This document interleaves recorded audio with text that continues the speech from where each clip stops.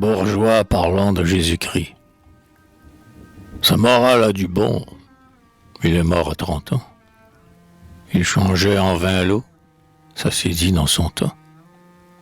Il était des Judées, il avait 12 apôtres.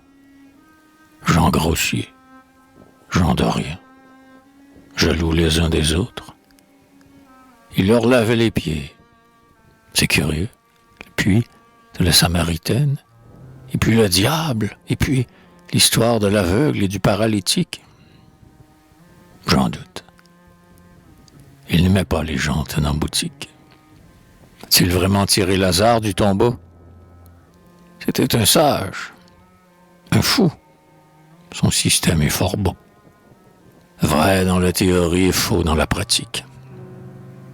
Son procès est réel. Judas est authentique.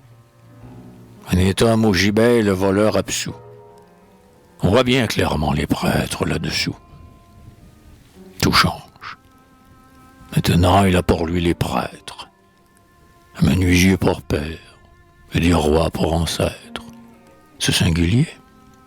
Non pas. Une branche descend, puis remonte. Mais c'est toujours le même sang.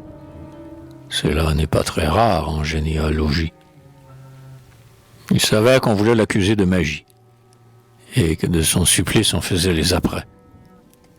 Sa Madeleine était une fille, à peu près. Ça ne l'empêche pas d'être sainte. Au contraire. Était-il Dieu? Non. Oui, peut-être. On n'y croit guère. Tout ce qu'on dit de lui prouve un homme très doux. Il était beau, fort beau, l'air juif, pâle, un peu roux. Le certain, c'est qu'il a fait du bien sur la terre, un grand bien. Il était bon, fraternel, austère. Il a montré que tout, excepté l'âme, est vain. Sans doute il n'est pas Dieu, mais certes il est divin. Il fit l'homme nouveau meilleur que l'homme antique. Quel malheur qu'il se soit mêlé de politique.